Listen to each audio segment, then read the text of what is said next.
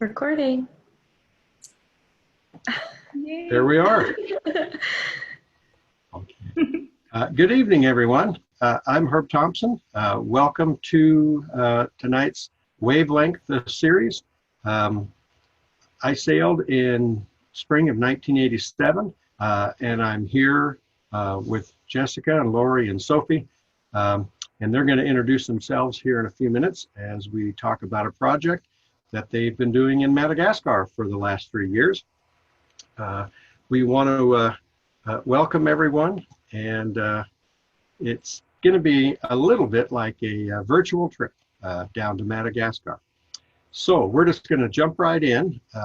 Jessica would be on your top left, and Jessica and I met at a semester at sea function on board the ship about 3 years ago, just by happenstance.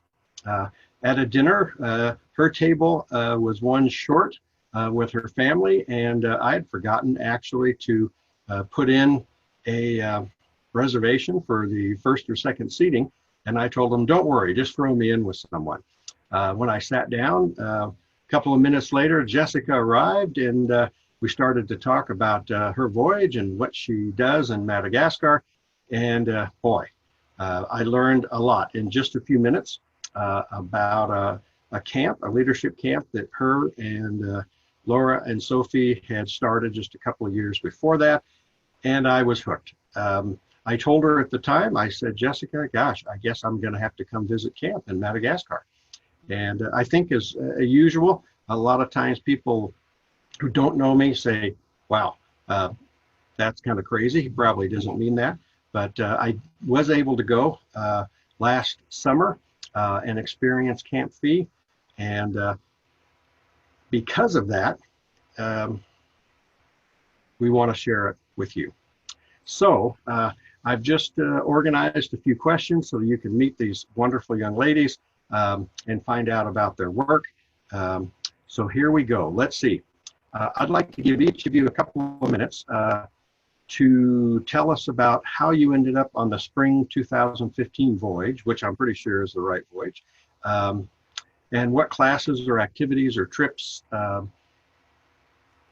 got you together, or did you know each other beforehand? So we'll start with Jessica. Welcome.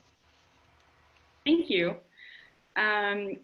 So Sophie and I were student workers on the ship, so we actually boarded on the bus together. And she was sitting right across from me, and she was talking about her previous voyage, and I was like, okay, she must know, some tricks about the voyage and what to do and what not to do. So I wanted to get more information from her, and that's how I got to talk to her. And with Laura, she was on the same sea as me, same hull. And she and I would go kickboxing together sometimes. We met at lunch on the first day, I believe it was. So it was like a love at first sight or something. Is that what it was? She was wearing this lacrosse jersey, lacrosse sweatshirt, and I was like, I play lacrosse too, and the rest was history. Wow. I am going to ask you, before semester at sea, you were going to school where, and were you in the U.S. to join the ship, or did you have to come all the way from home? I actually went to Whitworth University, which is in Spokane, Washington, and for my sophomore year, I saw this poster in one of the classrooms with a ship on it, and then I just looked at it, and it said, go travel the world on a ship for 4 months, and I said, let's go. And so that's how I ended up on this ship, and I was an international student in the U.S., but also on the ship. I gotcha. All right, Sophie. Hi, I'm Sophie Connett. I am from Lincoln, Nebraska, and I went to the University of Nebraska-Lincoln. I don't really remember how I first heard about semester at sea. It just seems like it was always part of my college plan. I sailed first in fall 2013, And that was a really transformative experience for me. And so once I got home, I tried everything I possibly could to figure out how I could get back on the ship again. And so that's how I ended up on the spring 2015 voyage of my senior year. And yeah, like Jessica said, we met the first day on the bus to the ship, and then Laura and I had a class together. So the three of us were all connected in some different ways, but I guess we'll talk a little bit later about how we came together to do this project. But that's how I ended up on the ship. I got you. I know you're not alone with most people who sail. They're all trying to find a way back on, whether it's as a staff or as a student or as a stowaway. All right, Laura, give us your version, if you would. Yeah, hi, I'm Laura, and I'm really grateful for this opportunity. So thanks for having us on Wavelengths. I ended up on semester at sea during my junior year of college at the University of Louisville. I'm in Louisville, Kentucky, actually still currently, which is kind of fun.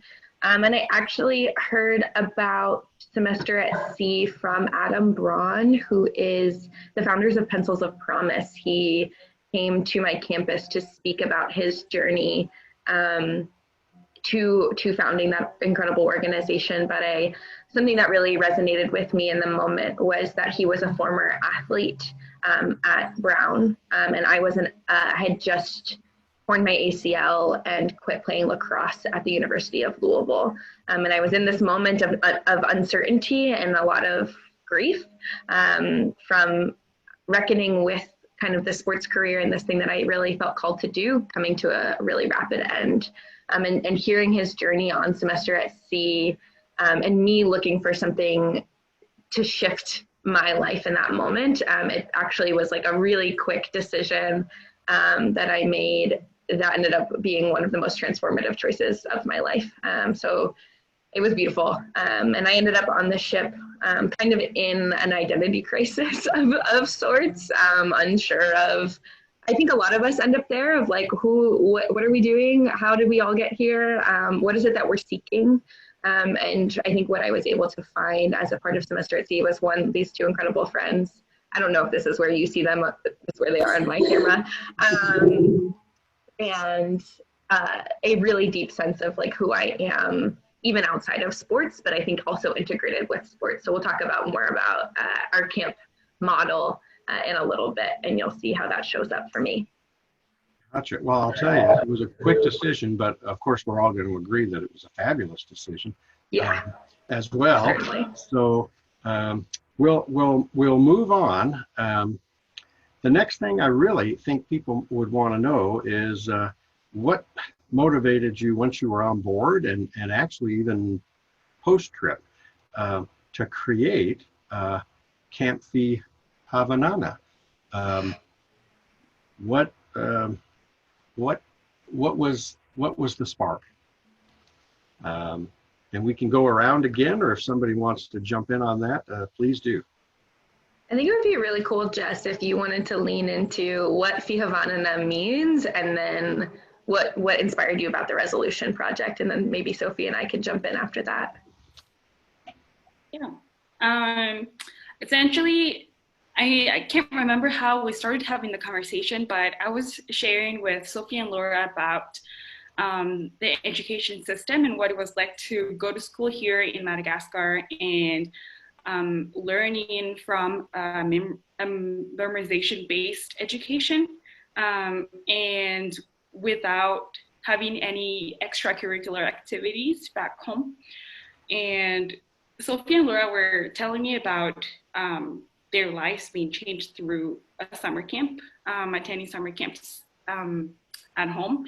And I thought, well, that's something that could be perfect for the community, and we're thinking about different ideas on what to do and how to call a camp. And so essentially, Fihavanana really means togetherness, friendship, and community. It almost means like Ubuntu.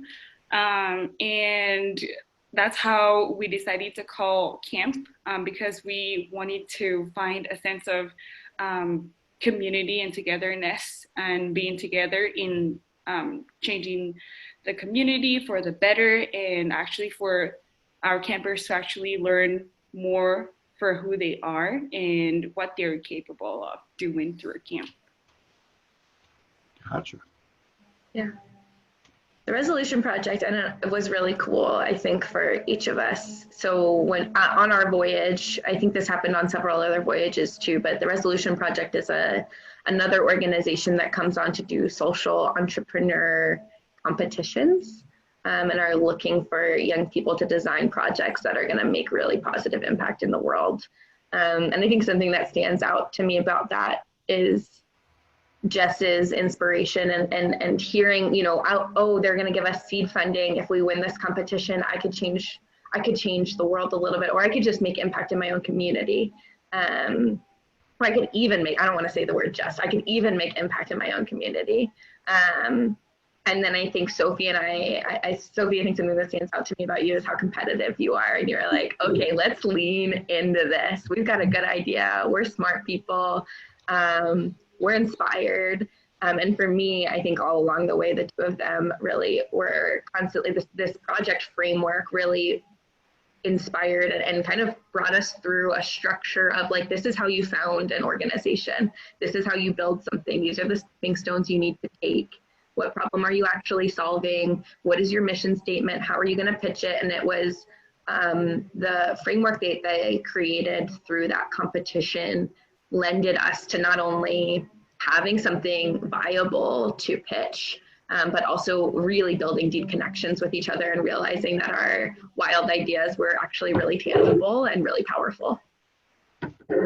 Yeah, it's kind of wild to think back to that time because, I mean, we were living like the typical semester at sea experience, but all of us with like a full class schedule, student assistant positions, and traveling on top of that. And then with this competition going on throughout the semester, it was like another level of work on top of that. So we spent so many sleepless nights, like sitting in the dining halls working on what could this look like creating promotional materials to pitch it.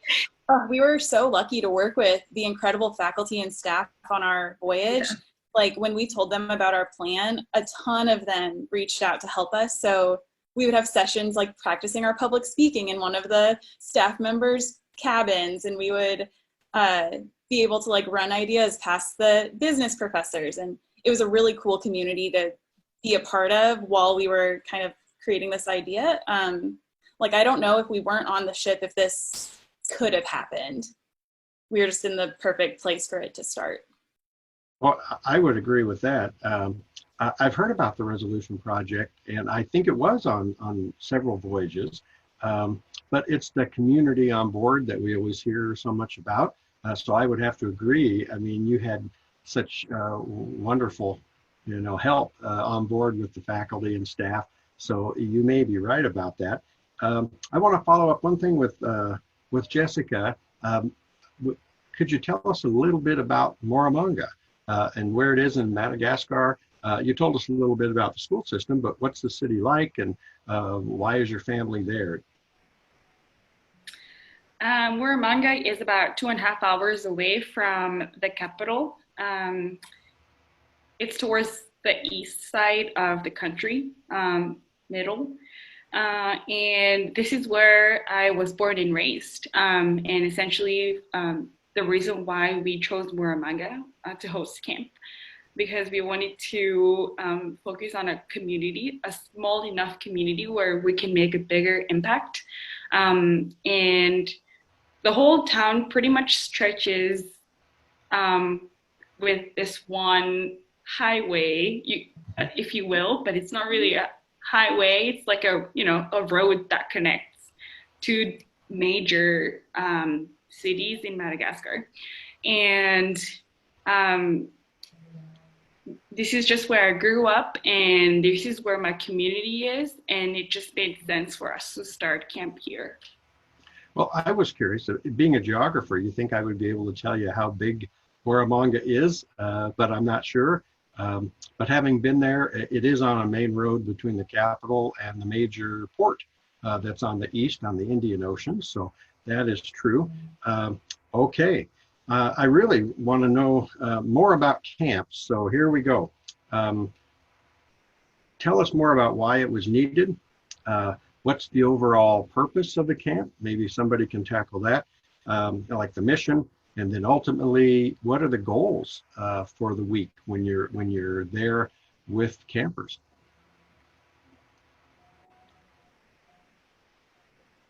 I guess I'll start. So I'm thankful for having a family that challenged me in thinking creatively and doing some problem solving works.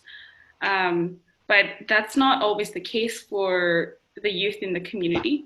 And also I was having a lot of questions about, different productions that are happening outside of Madagascar when we have all the natural resources or the materials to produce them, or why other people always, take our natural resources or take advantage of the people. And so that's something that we've asked throughout camp as well. And a lot of our campers also answer that in a way that, there's lack of creativity or lack of digging, lack of just trying to figure things out on their own. And so we wanted to really focus on problem solving and social justice for camp. Those are 2 of the 5 pillars that we focus on. Communication, teamwork, and leadership are the other 3. And our activities are really, engraved in those 5 pillars. And Sophie and Laura are the ones who mainly really work on the activities. So I'll let them talk more about that. Yeah, thanks, Jess.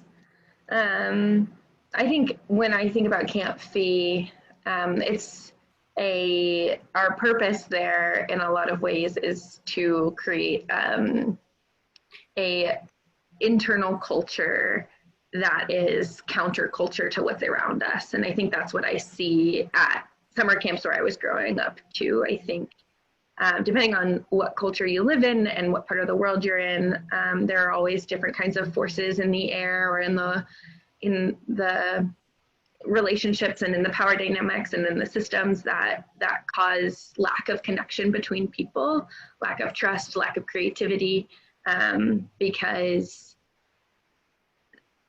we know that having all of those things will make us stronger and make us able to really revolutionize the way we live our lives and our communities. And so I think we really take that kind of notion of building something counterculture within our small community of camp.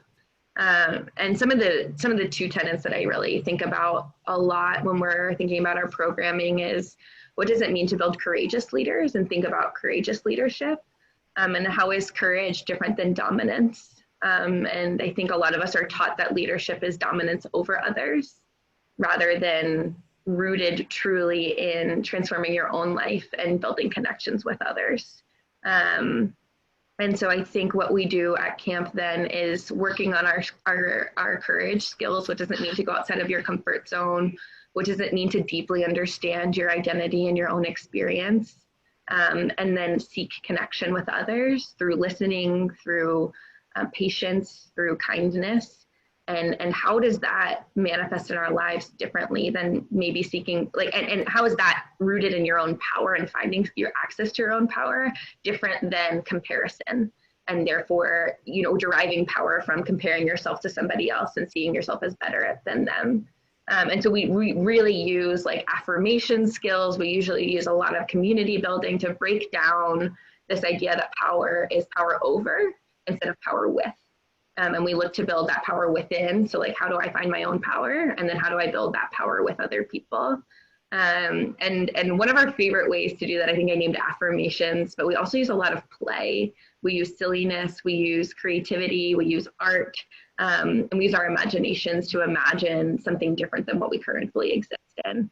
And I think in a lot of ways, therefore we get access to our truest selves, we get access to those parts of our individuality that we wouldn't have access to otherwise. And that's what Camp Fee programming, I mean, we play sports, we do leadership activities, but they're all centered in this idea of courage, in this idea of creativity, and this imaginative play, which I really like.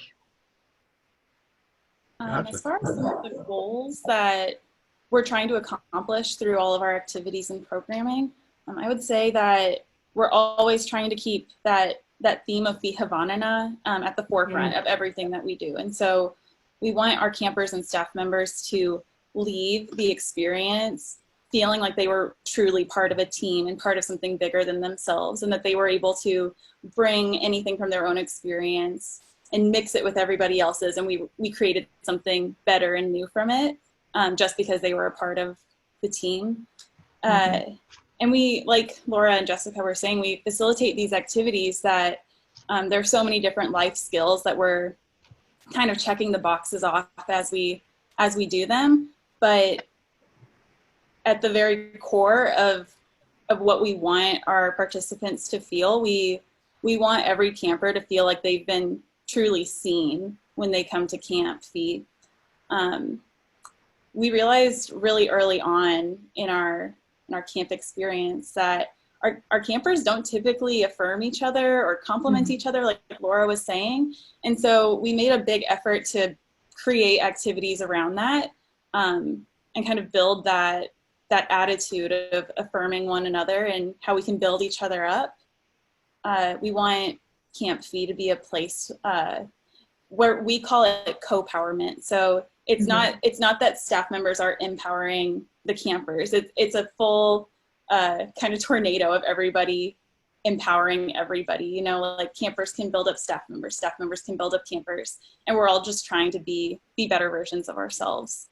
So yeah, along with so many other skills that aren't typically taught in school, we want those themes of Fihavanana and co-powerment and affirmation to be part of everything that we do. Wow, it sounds like I'm back at the first day of camp. When I visited last summer, I was there for a few days as you guys were planning and getting ready and working with the staff, and we're going to get back to them in just a minute. But I'll tell you, the staff that you have and the students, when I met them, I realized right away that this was something that was for self-improvement for students. And we probably didn't mention, but you're working with high school students. So we want to improve their lives, but it's also to help them build a community, because camp isn't going on every day. How can they continue to grow and to help their community in the future is really important. And even at the beginning, I could see that you were building towards that.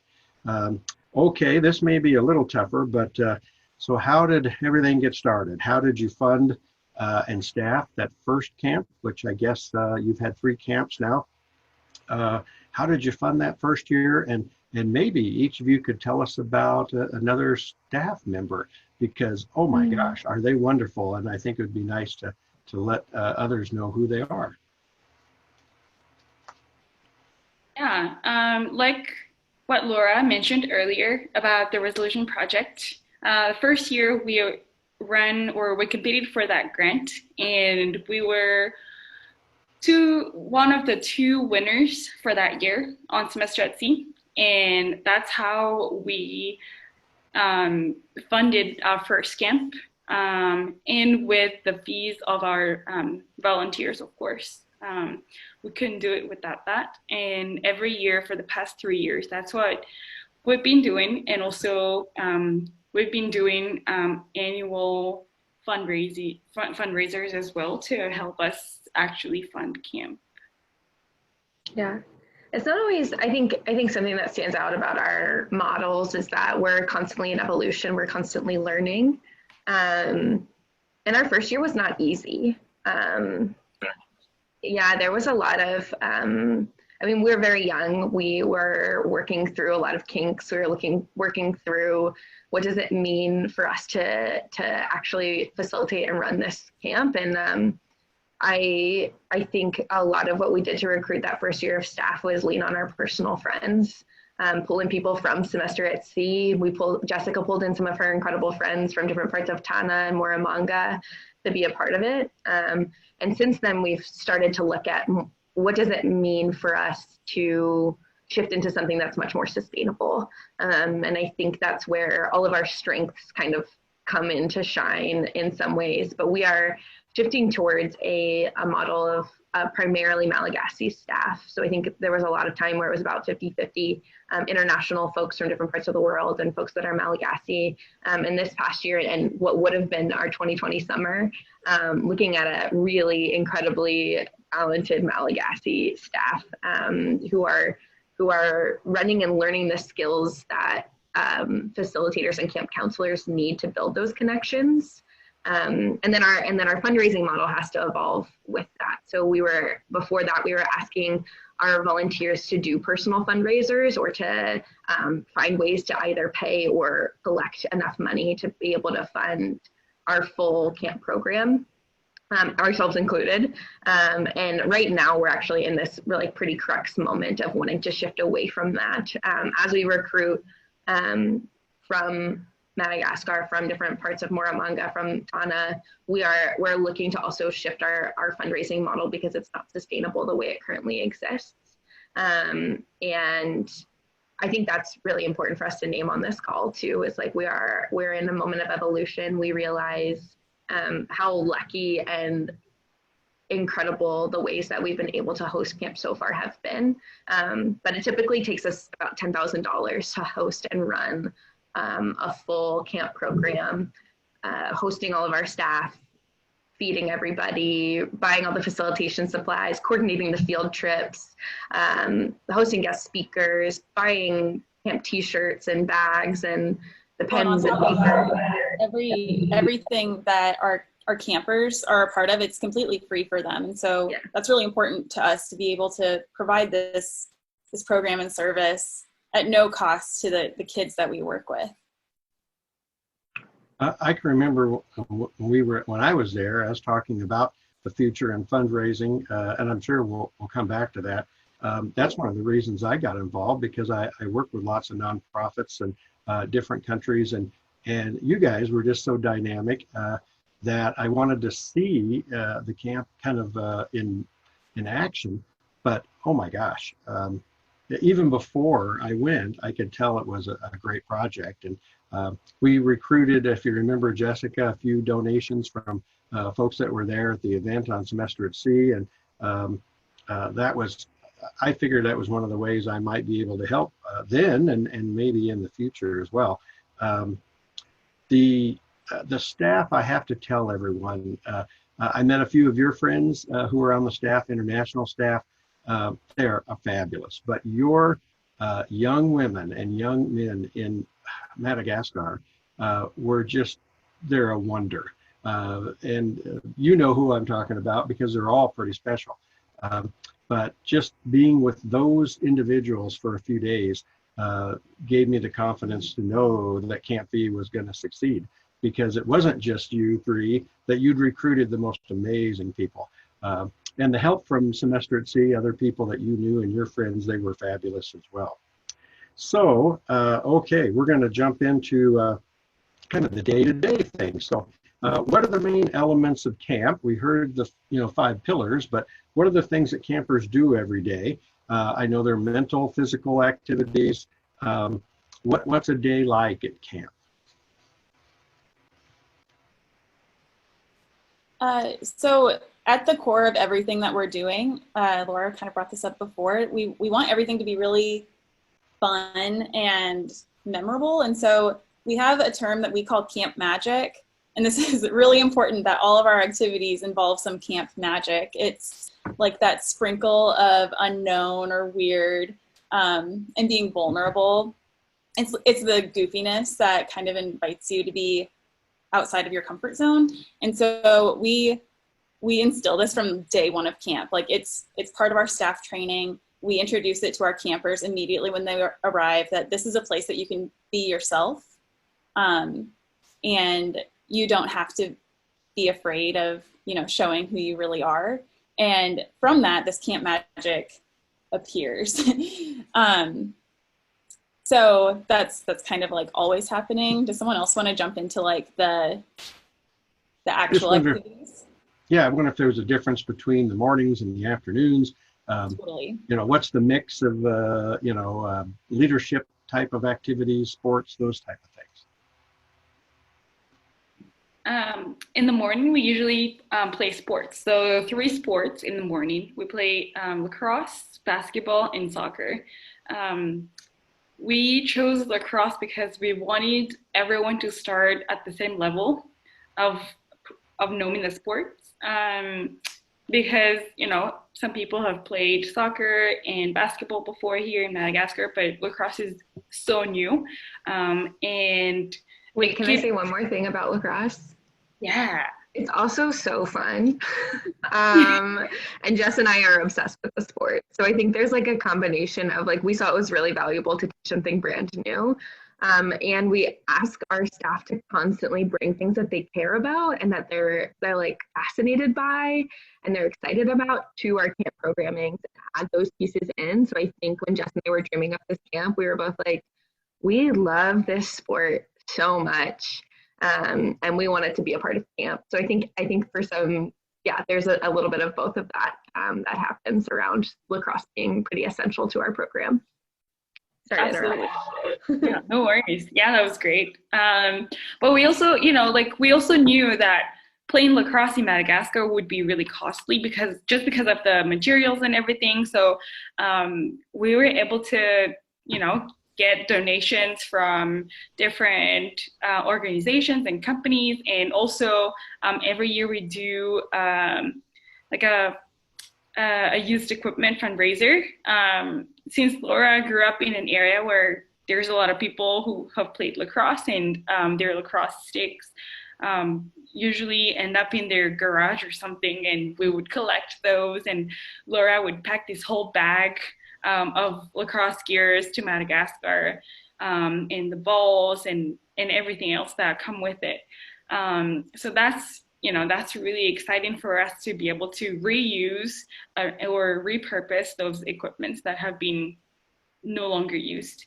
And in the afternoon, we have different activities too. And we try to mix in like fun, but really like creative thinking activities. Sometimes our campers get tired of, constantly trying to, think about those really, really deep issues that are happening around the world. So we do something silly sometimes, like, like Minute to Win It or something, to just have some fun.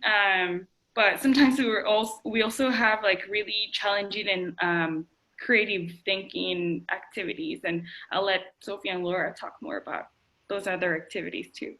Yeah. I'll jump in here. I think the camp magic that Sophie mentioned to the start is like both the let's play, let's get weird, we're gonna wear face paint and like make animal noises for an icebreaker, and that's gonna be what we do. And camp magic is those moments of silence, those moments of deep connection, those moments of realization that are only possible when we get quiet and we start to look inward and we start to look at like the people that are right around us. So some of our activities are really reflective. We do leadership styles, like what is your style of leadership? We explore different kinds of topics, like here's herb teaching geography, which is cool. We let our camp counselors come with some of their own passions and interests as well, and they do specific workshops around those. And I think what's powerful about that is whether you're somebody who really loves art and can do watercolors, we're able to hold space for that for our campers. We do something called choice time every afternoon after lunch where we offer 3 different choices where the campers can either choose something different or whether it's art or maybe it's something a little bit more physical or it's something more reflective or it's something kind of weird, like we allow them to kind of choose where their energy and interest is at, which is fun. And then we dig into these reflective conversations, whether it's personal leadership journey, or it's like, let's think about Malagasy culture. Let's think about where we live. What are the things that we love about it? What are the things we wish were different? And what power do we have, can we derive to do something about it? So that's kind of where our social justice programming comes in, is that we start to look deeply into not only the ways that we navigate our world, but the way our world is shaped. Who built it this way? Why is it built this way? Who taught me that story that I have that tells me I'm not enough? And how can I start to undo that, to become and step into my power? Right. I will tell you, two things that I really wish I had got to experience when I was there. One is the field trip, and I'm going to ask about that in just a moment. But one was watching lacrosse, because with basketball and with soccer, I think the kids are familiar and they might have some comfort, even if they don't play a lot, because they're familiar. Lacrosse is so different and so new.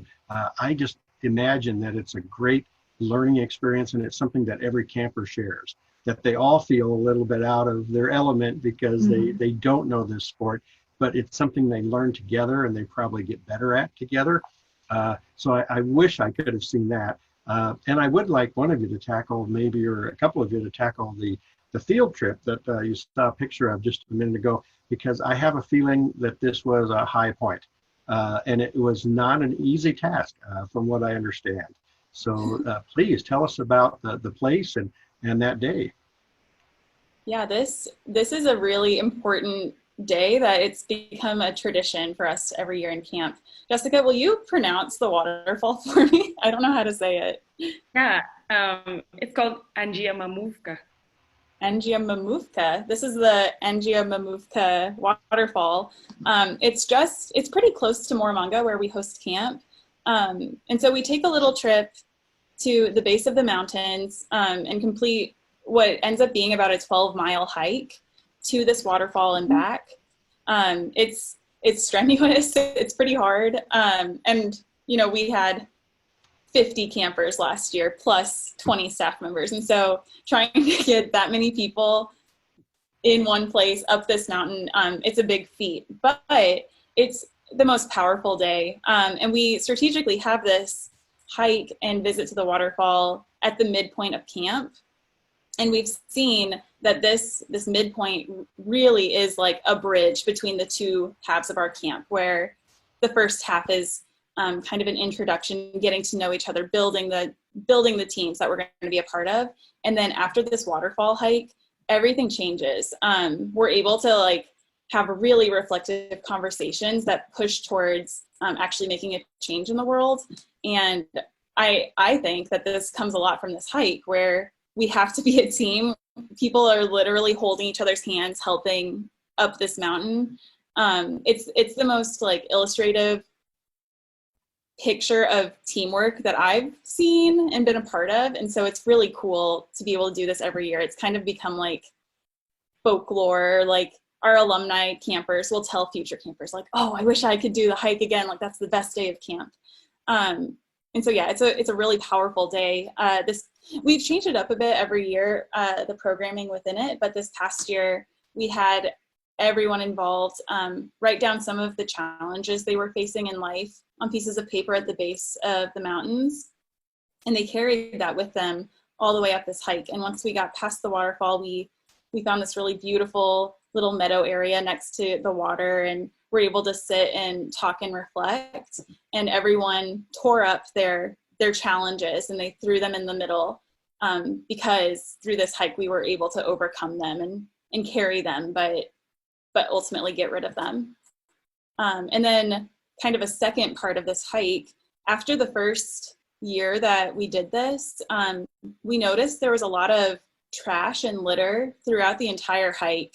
And so the second year and third year coming back into this, we brought bags with us and made the hike down the mountain a trash pickup. And so we were able to kind of clean up where we had been and the part of the world that we were taking space in, and just kind of give back to the really beautiful area that served us through this.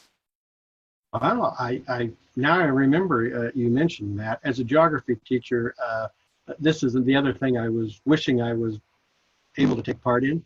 Maybe someday I'll be able to do it, but I do lots of field work and teach teachers, and we know that people bond, and these type of experiences can be really transformative in themselves. But I knew it being in the middle of camp, and now I really know how important this particular activity is.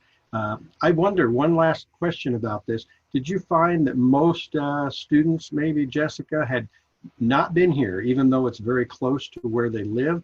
I find in Las Vegas with junior high and high school students that they tell me they haven't been to the Grand Canyon, which is just a few hours away, or they haven't been to Death Valley, or because they don't get a chance to go out and do that stuff. Yeah, almost every year, 100% of our campers have never been to this waterfall. Wow. Yeah, and it's usually when they learn about the waterfall is from the camp previous to that year, if that makes sense. Right. Right. Well, that's amazing that it's at almost 100%. That's pretty amazing. I could tell that many of the students, even at the beginning of the camp, want to be proud of Madagascar, and they want to experience it. So that's very interesting. Okay, now a tougher question. How has camp evolved over the 3 years? I know you've hit on a little bit of that, but how has it changed for each of you? Or how has it changed you? That is a tough question, Herb. We have a bit of time, so don't worry. Yeah. Does anybody want to go first? You want me to go first? You go ahead. Okay. So, Herb, what I heard you say is not only how has camp changed, but how has it changed us? Okay. Yep. I prepared for the first half of that question, but not for the second half. So I think, it hit something very core in my person. I think about Camp Fee almost every year as a moment of rebirth. It's a moment where I'm like most aligned with my purpose that I have ever had the opportunity to lean into.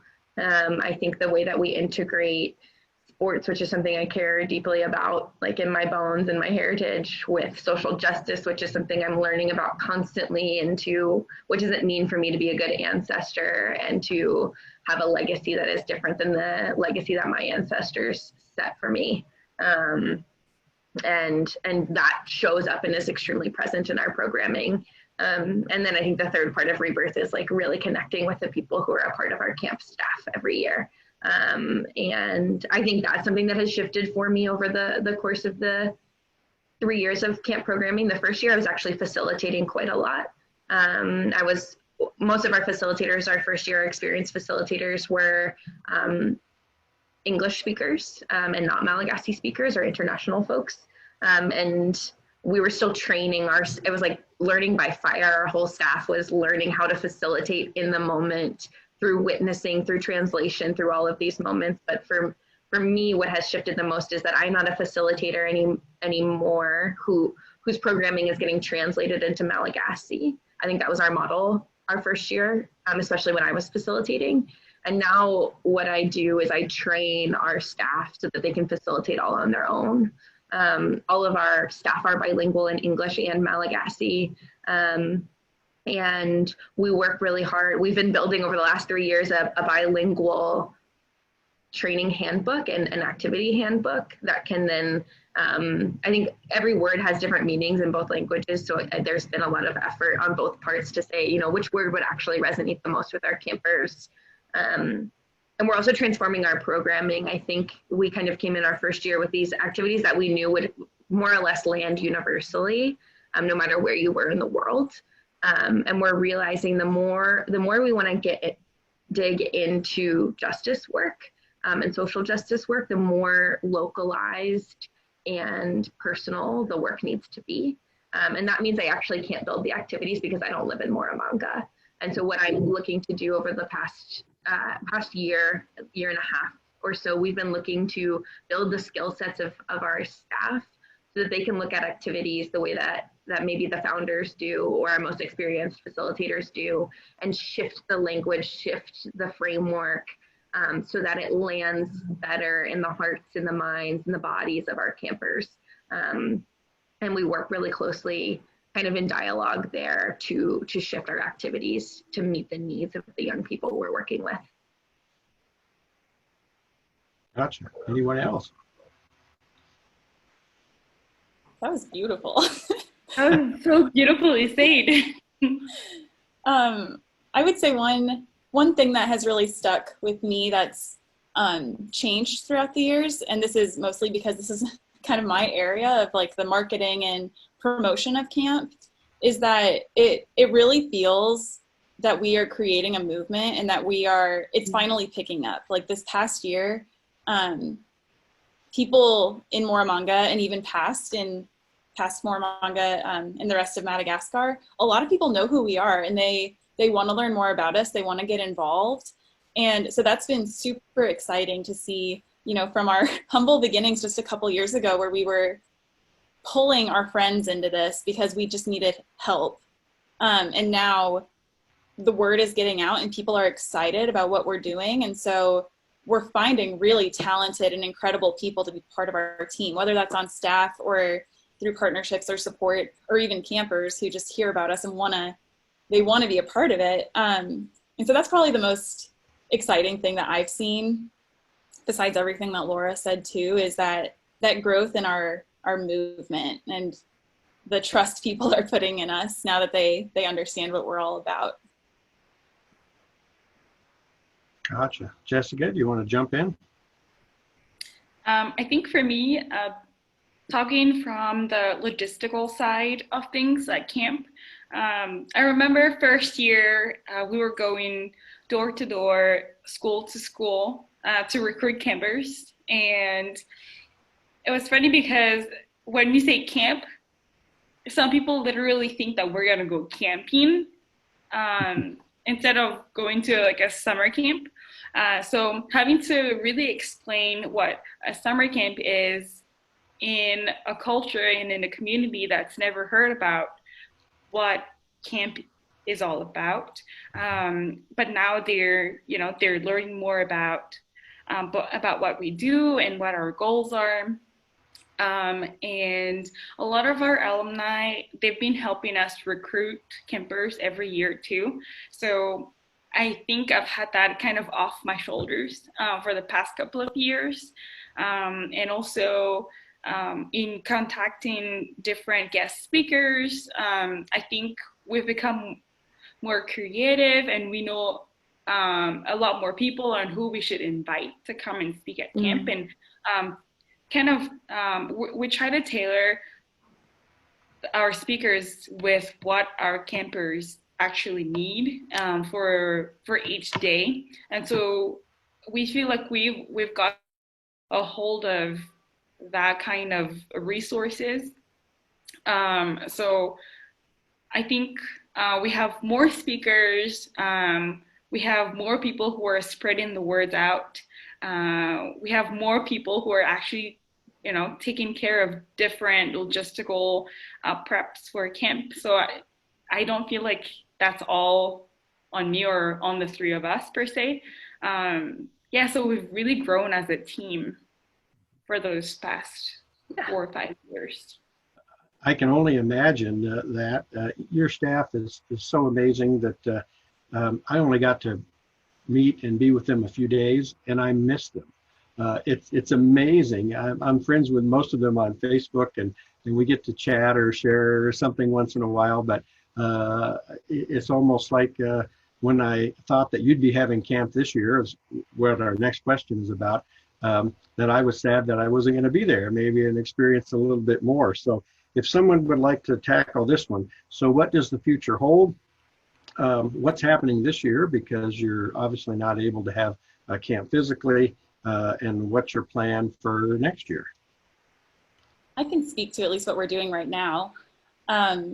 If the entire pandemic wasn't a thing right now, camp would be occurring this week in Madagascar. This is the week that we had planned to be there. And so we decided a few months ago, after everyone was kind of in lockdown, that we thought it was still really important to put some kind of programming out into the world, even though we had already decided to cancel our in-person event. And so what is occurring right now on our Facebook page is an online virtual version of camp. We took the theme of each day of programming that we've used for the past 3 years and used that as inspiration for kind of a social media version. And so every day on our Facebook page, we're posting different activities, different reflective prompts.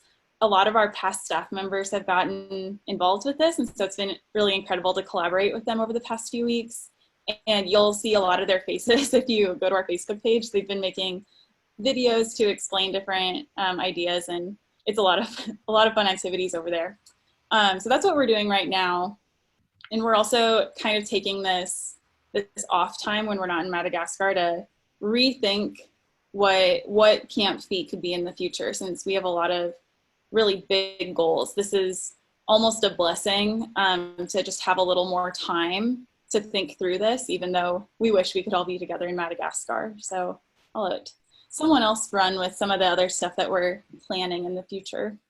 Well, you're turning a setback, a challenge into something positive. That's always good. We're trying. And, it's definitely been a challenge. And any plan for next year, or are you still working on that? Well, without the pandemic, we're definitely be hosting camp in Waramaga next year, no doubt, unless, I hope the pandemic doesn't continue until, a year from now. And we're really trying to move into a sustainable model. We hope that one day the three of us could step back and camp could run itself without us being physically there. So that's one of our really, really main goals. So right now we're really training our returning staffers to actually step up and take some of the roles that we've been working on for the past 3 years. Well, that might lead right into the next question. So how can folks watching, alumni that are watching and listening right now, how can they be part of Camp Feet? Can they follow you on social media? Can they donate something to our next year's program? Those type of things. Yes. Short answer, please. Our Instagram and Facebook is at Camp Fihavanana. And yeah, it's kind of maybe a little bit longer of a handle, but you should be able to, if you look at the slide here, it's on the top right corner is our Instagram handle, and you can find us there on Facebook as well.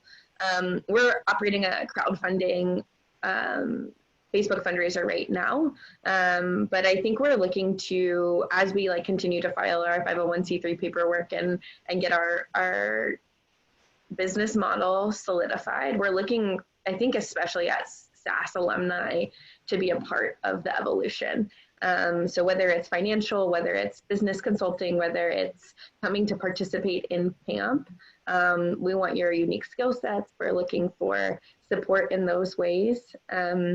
And we're looking for innovation. So if there are folks who are watching right now who are curious about following along our online programming, please check us out on Instagram and Facebook right now. But also reach out to us individually. Our email is info@campfihavanana.org. And we'll put all of that hopefully in the show notes, because I listen to a lot of podcasts, so I'm assuming that's what's going to happen.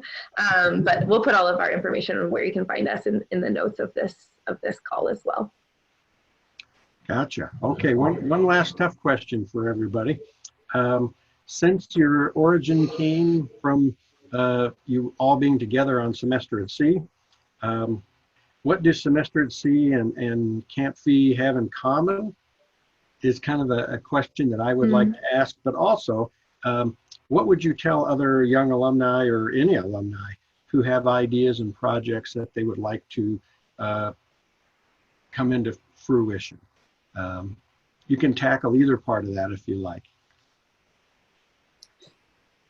I think a similarity that Camp Fee and Semester at Sea has is that, you know, like before we arrive at a country and we have a pre-port, they you know, tell us all about the country's culture, the do's and the don'ts, and all the currency and everything. It just feels like, yes, we know those things, but we can never be overly prepared until we actually go and live out the culture in that country. And I feel like same thing with Camp Fee. We send out this staff handbook. We tell them about different things about Madagascar prior to coming here, even talking about, you know, the malaria medicines that they should bring or not bring, what to pack, what not to pack, because essentially Camp Fee is a summer camp, but since it's in the southern atmosphere, it's our winter time. So our first year staff members, they were like, you know, like, you should have told us that it's actually a winter camp. So we were like, okay, so maybe we should add that in, you know, our staff handbook. Or did they not read the staff handbook? And so it just feels like, you know, our staff can never be overly prepared because they just have to come in and experience the camp magic at Camp Fee. Yeah. Gotcha. All right. I mean, that's like what Semester at Sea is all about too, like that, the experiential learning of how much more you can learn when you're just a part of something and it's all hands-on. I mean, I think that's a lot of what we do with mixing sports in our leadership modules. Like, everything is putting yourself in this simulation to learn a lesson instead of just reading about it or talking about it. It's much more hands-on. And then if there are SAS alum that are like, I've got this idea, I want to change my community, I think you can never feel like you will never feel ready. I think one of my best friends said this quote to me recently, that some of the best advice she's ever received was do it scared. So if you don't feel equipped, if you don't feel like, I mean, obviously do your prep work, lean in, like lean into your passion, lean into your expertise, ask for help, and also do it scared. Like, you're not gonna, the timing might not seem perfect, but once you've got the ball rolling, things are gonna keep coming your way. And we're inspired by you. So we want to see that happen around the world. All right, you just got to start. You know, every journey starts with a single step, but sometimes you just have to jump in with both feet, I suppose. I have a feeling that's what happened during the first year, now that I've heard all three of you talk a little bit more about that. Well, our time is just about up, but I'd like to thank Kate for giving us this opportunity to be part of Wavelengths and bring your story to a great number of people, I hope. A couple of things that she wanted me to remind all of you that are watching is that next week there'll be another Wavelengths presentation, and that'll be on August 5th. Alumni Peter Cooper will be interviewed by Courtney Miller. They sailed together in 2010, voyage of Semester at Sea. And Peter is a Brooklyn-based photographer and video producer. And boy, works with some things that we've just been talking about, social justice and culture and the humanities. So I'm sure next week is going to be different and just as wonderful. And also, I would like to remind everybody on Kate's behalf that the Semester at Sea's Capital campaign will be kicking off here in the fall very soon. Actually, it is almost next month. It'll be September, and it will culminate kind of around a day that we're used to with Founders Day in October. So we just wanted to throw that out there. The theme is all hands on deck. And really what Semester C is looking for is to have 100% participation in the Capital campaign. So ladies, it was fun to spend an hour with you. I just hope that I'm back at camp sometime if it's not 2021, that it's another time to visit. I definitely want to do a field trip with everyone. And I just want to thank you all for not only starting Camp Fee, but just for your passion. And I don't worry at all about the future of camp, because I know some of the people, the local people that you have. And I know that they're going to, as you build this community, that it is the key and that they're going to be fine. So thanks for being here, and thanks once again to Kate. And hopefully some of you who are watching might want to jump on and follow at Instagram or maybe on Facebook. And if you feel so inclined to maybe help out with the next time that Camp Fee gets together. And of course, that's going to be hopefully this time in 2021. So good night, everyone. Thanks. Thanks so much. Thank you.